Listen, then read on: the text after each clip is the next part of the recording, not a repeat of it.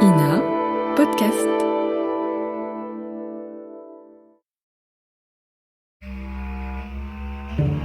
Bienvenue dans les archives du crime, le podcast qui vous propose de redécouvrir les plus grandes affaires criminelles à la lumière des témoignages de celles et ceux qui les ont vécues. Pour les archives du crime, les équipes de l'INA ont écouté des centaines d'heures d'entretiens, de témoignages, d'interviews et sélectionné la sève de ces affaires hors du commun.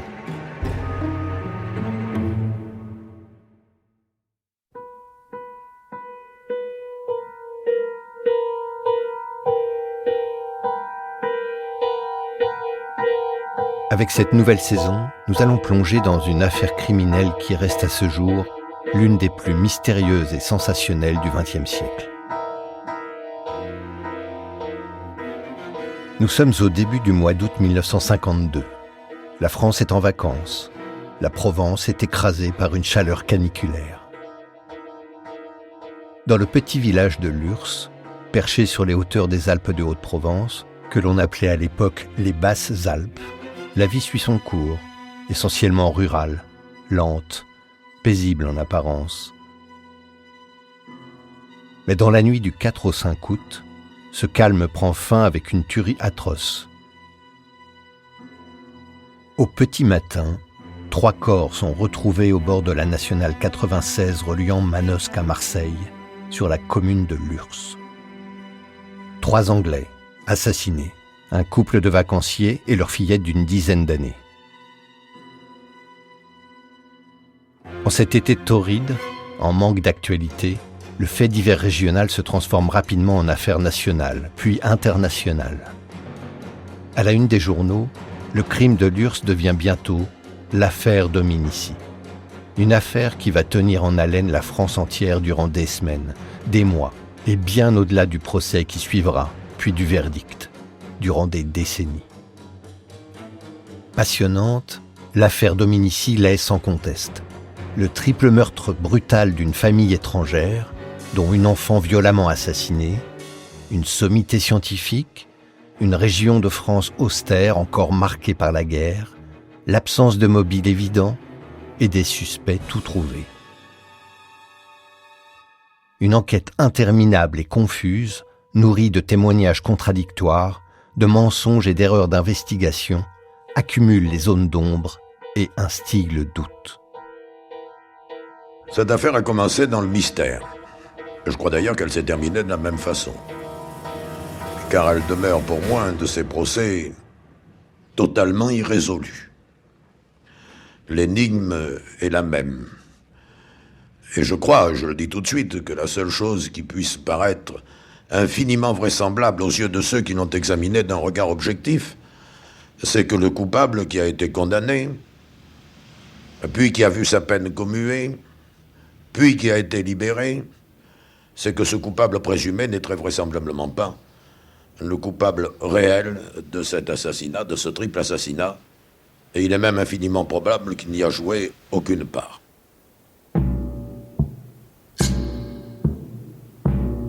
L'affaire Dominici, un podcast en 10 épisodes, écrit par Florence Dartois, produit par l'INA.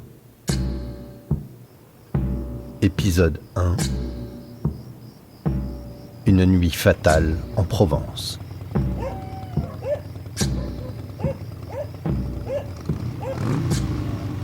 Lurs est un petit village au sommet d'une colline dont l'histoire remonte au Moyen-Âge.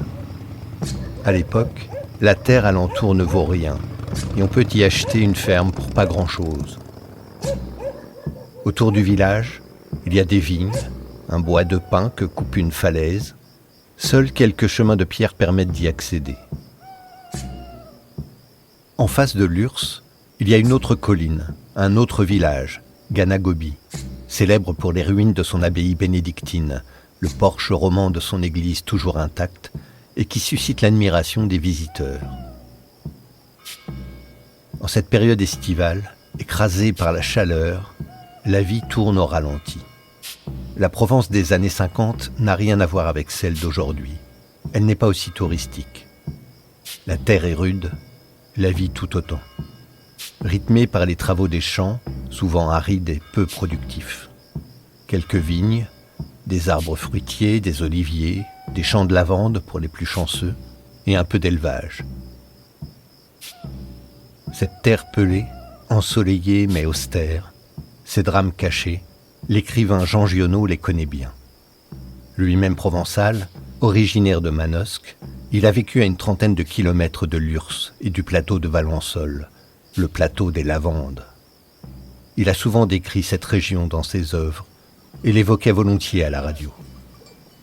C'est en effet un pays mystérieux, dramatique, étrange, qui semble à certains endroits, quand on les connaît, émerger à peine du déluge. D'ailleurs, il y a des endroits comme le plateau de Valensole qui semblent destinés à abriter des drames presque shakespeariens. Il y a souvent de terribles assassinats en série sur ce plateau. La même chose se reproduit encore du côté de la montagne de Lure, sur le flanc sud. Il y a exactement aussi dans certaines, on ne peut pas dire vallées, mais dans des espèces de petites griffures de la montagne. Il y a là des villages qui sont éloignés de presque toute civilisation, dans lesquels les passions sont encore au même niveau que du temps des Achéens. Donc c'est encore au niveau de la pique et de l'invective. L'auteur évoque ici, en filigrane, d'autres crimes qui se sont déroulés à la fin du XIXe siècle dans ce secteur rustique et qui ont marqué les esprits. 3 crimes de sang, avec à chaque fois 3 victimes, tous commis dans des fermes proches de Lurs. Le dernier, à 500 mètres de la ferme des Dominici, valut à 2 de ses auteurs la peine de mort et une exécution publique à Digne. Giono évoque aussi, sans doute, les premières heures de la Libération en 1945 et ses nombreux règlements de compte et exécutions sommaires qui se sont déroulés près de Lurs et dans les collines voisines. Une épuration suivie d'une omerta. Les tueurs ont repris leur vie quotidienne, mais ne sont pas loin. Cette région austère a donné naissance à des hommes au caractère rude, que Giono décrit sans complaisance, mais avec tendresse. Le bas alpin. Il a un caractère très particulier. C'était un personnage égoïste et froid, un peu avare, se liant mal, dans lequel il était difficile de faire confiance, mais qui avait une certaine solidité dans son amitié et dans ses prises de position. C'est-à-dire que s'il te donnait sa parole, c'était malgré tout une parole qu'il tenait. Seulement d'une avarice extraordinaire et d'un égoïsme assez forcené.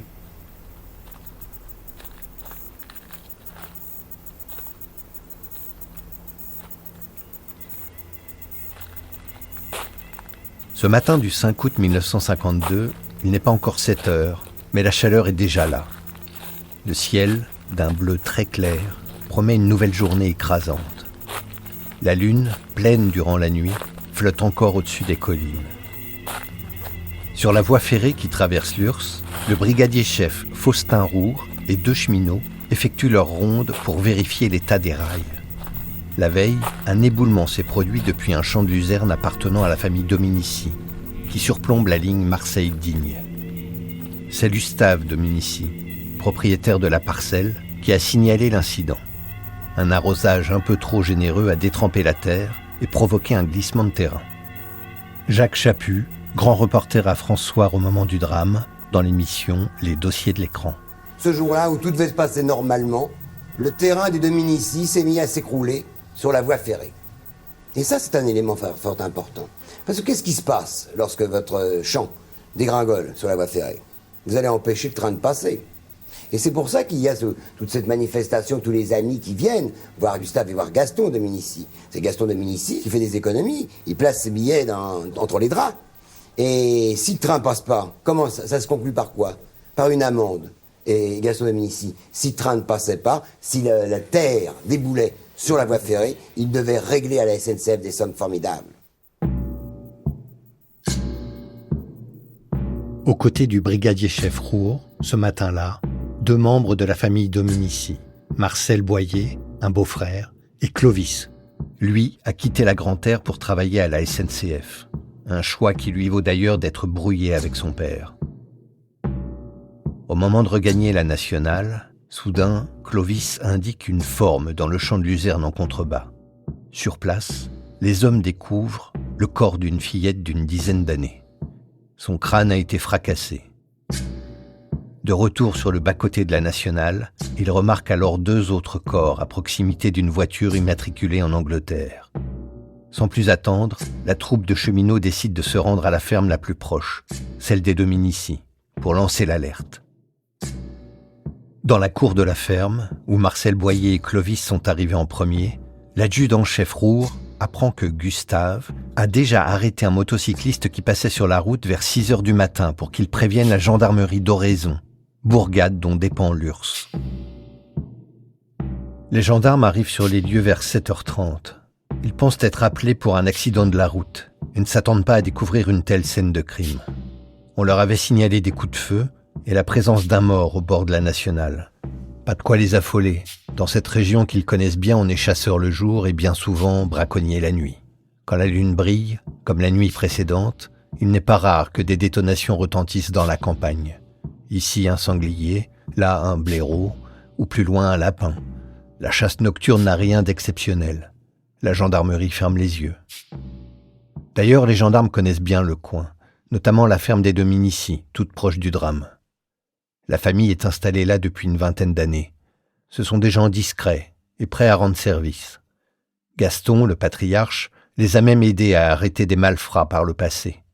Il a été adjoint au maire de l'URSS, un homme apprécié de tous. En arrivant sur la scène de crime, le maréchal des logis relève les premiers éléments, à commencer par la voiture stationnée au bord de la nationale, un break anglais de marque Hillman, de couleur vert amande. Il est orienté en direction de Marseille, fermé à clé à l'exception de la portière arrière. Un désordre indescriptible règne à l'intérieur. Aucune trace de balle sur la carrosserie, mais un lambeau de chair sur le pare-choc arrière. Après avoir inventorié les objets à l'intérieur de la voiture, les gendarmes s'intéressent aux victimes. Le corps le plus proche de la voiture, à sa gauche en oblique, est celui d'une femme, la quarantaine, brune, bien en chair. Il note dans le rapport que la moitié supérieure de son corps est dissimulée par une couverture. Ce dernier détail aura son importance et sera débattu au cours de l'enquête. Sa tête repose face contre terre et son visage est bleui et taché de sang. Un corps d'homme se trouve de l'autre côté de la route. La soixantaine, il est recouvert d'un lit de camp. L'homme, dégarni, arbore une petite moustache blonde. Il est grand et relativement mince. Il est vêtu d'un tricot de corps, d'un pantalon de pyjama bleu ciel, chaussé d'espadrilles. Sa face est également violacée. Une blessure par balle est visible à la poitrine. Dans ses récits, le maréchal des logis Romanet racontera que lors de ses investigations, il remarque la présence d'un homme qui l'observe à distance. Romanet le connaît bien. Il s'agit de Gustave Dominici. Brun, grand et vigoureux, d'une trentaine d'années, Gustave vit à la ferme de la Grand-Terre avec sa femme Yvette, 20 ans, et leur bébé, Alain, âgé de quelques mois. Sur les 9 enfants, il est le dernier à être resté à la ferme familiale avec ses parents. Gaston, 75 ans, ici on l'appelle avec respect le patriarche. Et puis il y a sa mère, Marie, frêle silhouette toujours vêtue de noir, qu'on surnomme, sans que l'on sache trop pourquoi, la sardine. Père et fils se sont répartis les tâches. Gustave gère les terres, pas assez bien aux yeux de son père qui le qualifie souvent de feignant. Gaston, lui, s'occupe du troupeau d'une quinzaine de chèvres, toujours accompagné de son fidèle chien, Dick. Dans son procès-verbal, le gendarme rapporte leur échange. Quelle nuit! Nous avons eu très peur. Gustave faisant un geste vers la rivière derrière lui. Il y en a un troisième. Il précise qu'il s'agit d'une fillette. Romanet prend conscience de l'ampleur du drame qui s'est joué ici. Sa première idée est qu'il s'agit d'un crime de rôdeur dont le mobile serait le vol. Il se rend près de la fillette. Elle est vêtue d'un pyjama bleu ciel et gît sur le sol, les bras en croix, couchée sur le dos, les pieds nus. Mais ce qui frappe le gendarme, c'est son visage, ensanglanté, violemment frappé par un objet contondant. la petite se trouve à 77 mètres exactement de la voiture. De retour près du break Hillman, le maréchal des logis Romanet trouve un carnet noir qui contient l'identité des victimes. L'homme se nomme Jack Cecil Drummond, directeur né le 12 janvier 1891, Angleterre. Sir Jack Drummond est un scientifique de renommée internationale, pionnier de la nutrition moderne. Jean Laborde, chroniqueur judiciaire à François, 1980. Il y a une enquête qui a été menée sur Sir Jack Drummond. Sir Jack Drummond, c'était un diététicien et pendant toute la guerre, son travail a été de nourrir les Anglais. Bien. Et il a fait un régime tel que les Anglais disaient il nous affame et nous fera gagner la guerre. Bien. Et il disait tout homme qui a un morceau de pain, quelques harengs et des frites peut survivre pendant 10 ans. Ce régime a effectivement sauvé les Britanniques de la famine durant la guerre, ce qui lui a valu d'être anobli par le roi George VI. On murmura même son nom pour un prix Nobel. Anne Drummond était sa collaboratrice. Ils sont tombés amoureux et se sont mariés en 1940. Ensemble, ils ont eu Elisabeth en 1942. Leur fille de 10 ans est décrite comme une enfant vive, curieuse et affectueuse. Les Drummond ont quitté l'Angleterre le 27 juillet pour passer 3 ou 4 semaines de vacances en France. Ils viennent de traverser le pays en voiture pour rejoindre le sud. Depuis quelques jours, ils logeaient à Villefranche-sur-Mer, un petit port près de Nice, chez les Marianne, dans leur villa de vacances. Le 4 août, la famille est partie assister à une corrida à Digne, informant leurs amis qu'ils rentreraient le lendemain. Faute de place dans les hôtels, complet à cause du corso annuel de la lavande, les Drummond ont prévu de dormir à la Belle Étoile, pour la plus grande joie d'Elisabeth. Pour ce court périple, les Drummond n'ont emporté que l'essentiel, un peu d'argent, des vêtements de nuit, 2 lits de camp et un seau en toile. Ils laissent le reste de leur bagage chez les Marianne, notamment leur passeport. Comme prévu, la famille anglaise assiste à la corrida. Sur le chemin du retour, vers 19h, ils décident de s'arrêter pour passer la nuit au bord de la Nationale 96. L'endroit choisi interrogera longtemps les enquêteurs. Un terre-plein caillouteux, peu attrayant, utilisé comme dépôt de gravier par les ponts et chaussées, à l'ombre d'un vieux mûrier. Interrogé dans les dossiers de l'écran en 1980, Maître Pierre Charrier, l'un des avocats de Gustave Dominici, relève cette incongruité. Vous ne trouvez pas curieux que cette famille, qui avait couché la veille à l'hôtel, décide ce soir-là de camper dans ce coin-là, qui est un coin impossible, en bordure de route, avec des voitures qui passent. Comment expliquez-vous la motivation de Sir Jacques ? Justement, ça fait partie d'une des énigmes de l'affaire Dominici. Voilà. Il y a dans l'affaire Dominici, comme ça, toute une série de choses qui sont énigmatiques. Eh bien, je parle toujours sous le contrôle du dossier. Ils viennent sur cette route, au pied de ce mûrier, pour passer la nuit, n'ont aucun appareil de camping, à part 2 lits de camp qui sont plutôt des lits de plage que des lits de camp. Ils décident de passer la nuit dans un endroit qui manifestement ne présente absolument aucun intérêt, parce que vraiment, jamais personne n'avait campé à cet endroit. Il y a un témoin, du reste. Le docteur Morin était justement venu camper près de la Grand-Terre. Mais lui, il avait campé sur les rives de la Durance, c'est-à-dire en contrebas de la voie ferrée. Mais venir camper sous ce mûrier pour être réveillé toute la nuit par les phares des voitures, les camions, parce que c'est une route nationale, c'est une route importante, c'est la route qui va de Marseille à Grenoble, il y a quelque chose là d'incompréhensible. À moins qu'il n'ait eu l'intention de visiter au petit matin les vestiges de l'abbaye bénédictine de Ganagobi, perchée juste au-dessus de la nationale, à quelques centaines de mètres de là.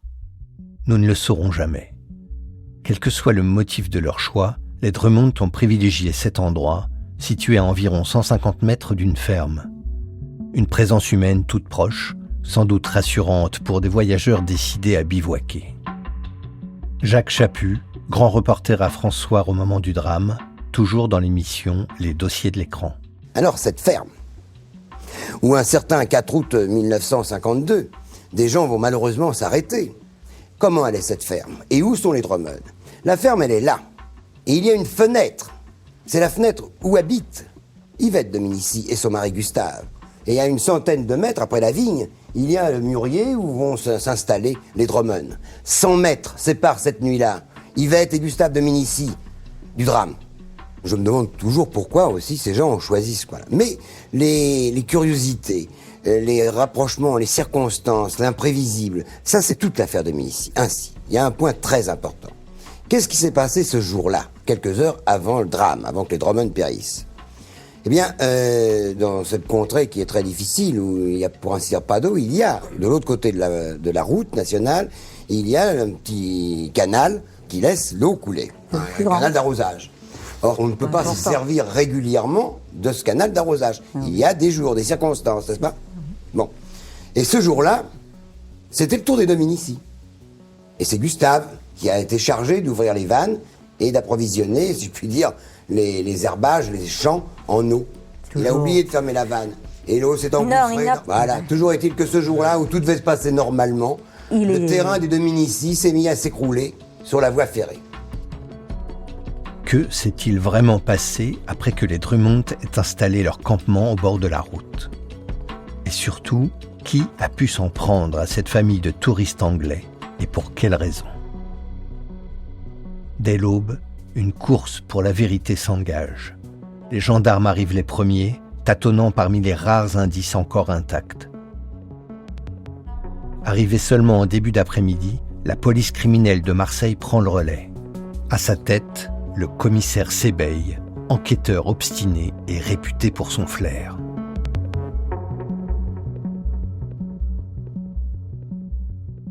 Dans le prochain épisode, nous suivrons la découverte d'indices capitaux et les premiers pas du commissaire sur les lieux du crime. Ses intuitions et ses premiers soupçons vont déjà orienter l'enquête.